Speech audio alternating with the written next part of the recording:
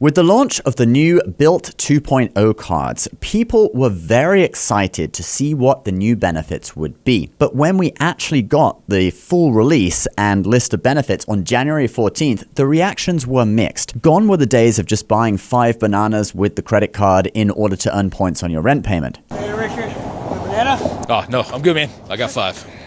By 5 bananas, they are talking about 5 small non-rent transactions per month to unlock point earning for that month. But now the card is asking for a lot more in monthly spend in order to earn points. However, due to mixed reactions, 2 days after the launch, Bilt's CEO, Ankur Jain, the guy who was buying the bananas in that video, released a message and a new set of benefits aimed at quelling some of the disappointment. In this video, we're going to go through it all. Hey credit warriors, welcome to the show. My name is Ben Hedges, aka the Credit Shifu, and on this channel I cover US credit cards, personal finance, and luxury travel. If you like the sound of that, please subscribe. But let's get into it. And this video is brought to you by Silo, but more on that later. So Bilt is the very popular rewards program that lets you earn points on rent payments and now on mortgage payments. And you can transfer these points to a load of transfer partners or book travel directly through the Bilt travel portal for 1.25 cents per point. They also have a dining program where you can earn an extra 3 points per dollar at their restaurants, and you can earn extra points at Walgreens as well. If you want to sign up for the Bilt program, and you can link any card that's already in your wallet, and then you can earn those extra points straight away. Like if you use the Amex Gold for dining, for example, it's 4 points per dollar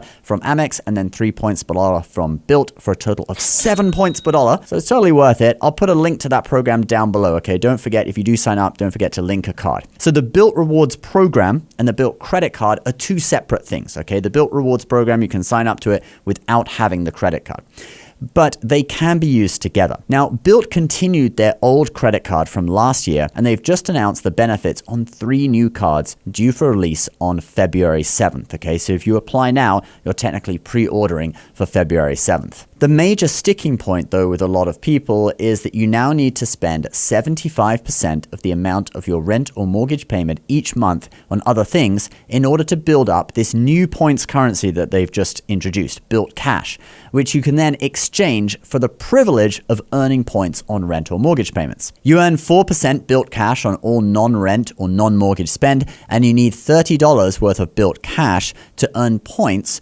on $1,000 worth of rent or mortgage spend. So like you need to exchange $30 worth of Bilt Cash for every $1,000 in spending on rent or mortgage in order to earn points on it. So doing the math, it works out that you actually have to spend 75% of your housing payment each month on other things in order to earn the points on housing. So for example, if your rent was $2,000 per month, you'd have to spend $1,500 on bananas to earn the points on rent. Banana?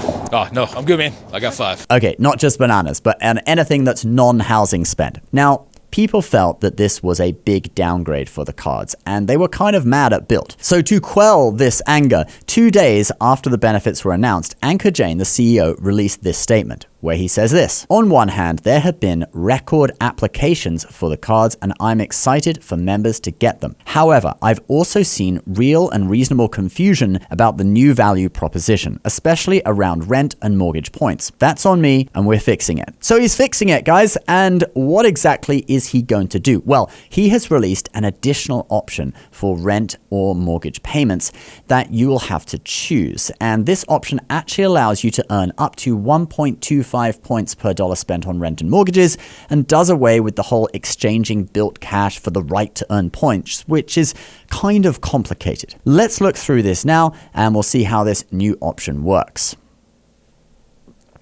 So here are the details of what Bilt is calling Option 1. A simple fee-free way to earn rewards on housing. Pay your full rent or mortgage every month with no transaction fee. Earn points on housing automatically in lieu of earning Bilt Cash. While everyday spend will not earn Bilt Cash, you will still get your annual welcome Bilt Cash credits with the card. The more you use your card for everyday spend, the higher your points multiplier on housing, now up to 1.25x. So with this, they're still going to make you spend on non-housing payments each month in order to unlock point earning, but you will earn different points multipliers on housing payments depending on how much you spend.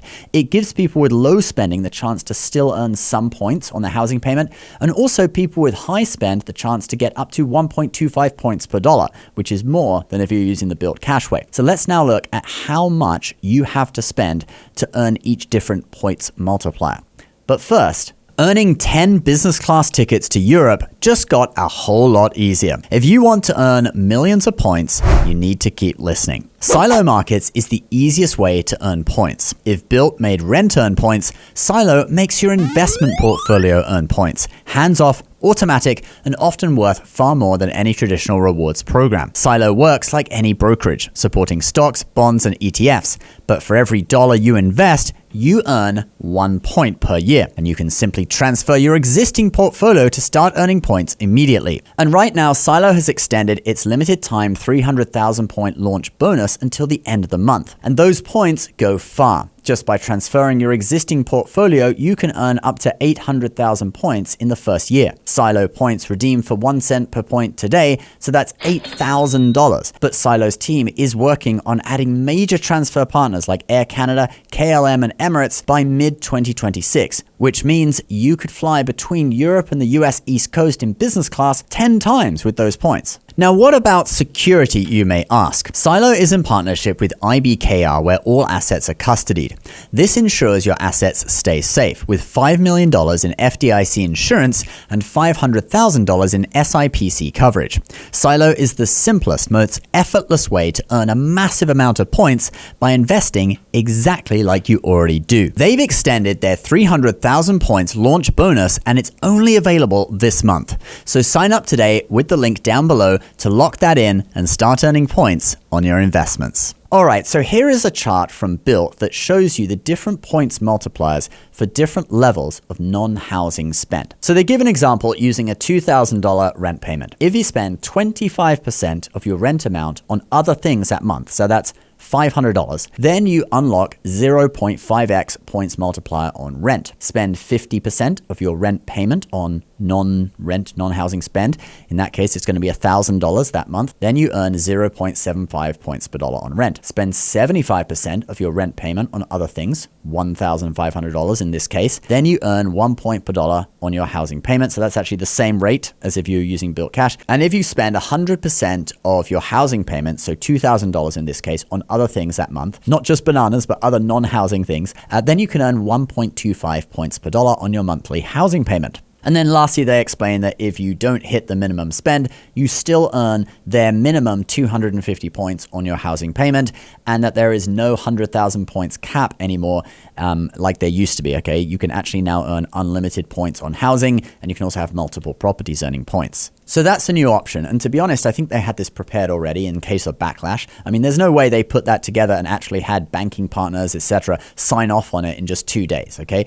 But you can contrast that with the old option or the old new option, which we went through in our previous video on Bilt, where you earn Bilt Cash at 4% on your spending, and then you exchange that for the privilege to earn points at 1 point per dollar on housing payments. Now, what are the advantages and disadvantages of these two options, and what do I think about the whole thing?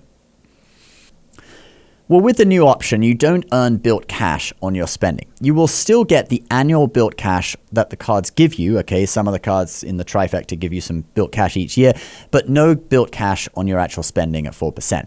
So it possibly takes away opportunities if you would earn a surplus of Bilt Cash on top of what you need to exchange for earning points on rent. If you have a surplus, you can then use that for like Lyft rides. That's one of the things that we have confirmed. Okay, supposedly they're going to have other redemptions too, but right now we have confirmed that you can use it on Lyft rides. But using this new option does give high spenders the opportunity to earn more points, and it gives low spenders some guarantee that they will be able to earn at least 0.5 points per dollar or maybe 0.75 points per dollar. There will be a bar that fills up in the app to show you which tier you are in for each month, kind of like a video game health bar. But earning 4% back in Bilt Cash on everything could actually give more value to those who earn a surplus of Bilt Cash and have spending in one of the categories that you can redeem for. Like if you live in a city and you take Lyft a lot, Bilt Cash exchanges 1-to-1 for Lyft rides. Okay, so 1 cent in Bilt Cash equals 1 cent in real dollars for Lyft ride. So that could be a valuable option if you still want to do it the old way or the old new way, the old way that they released initially.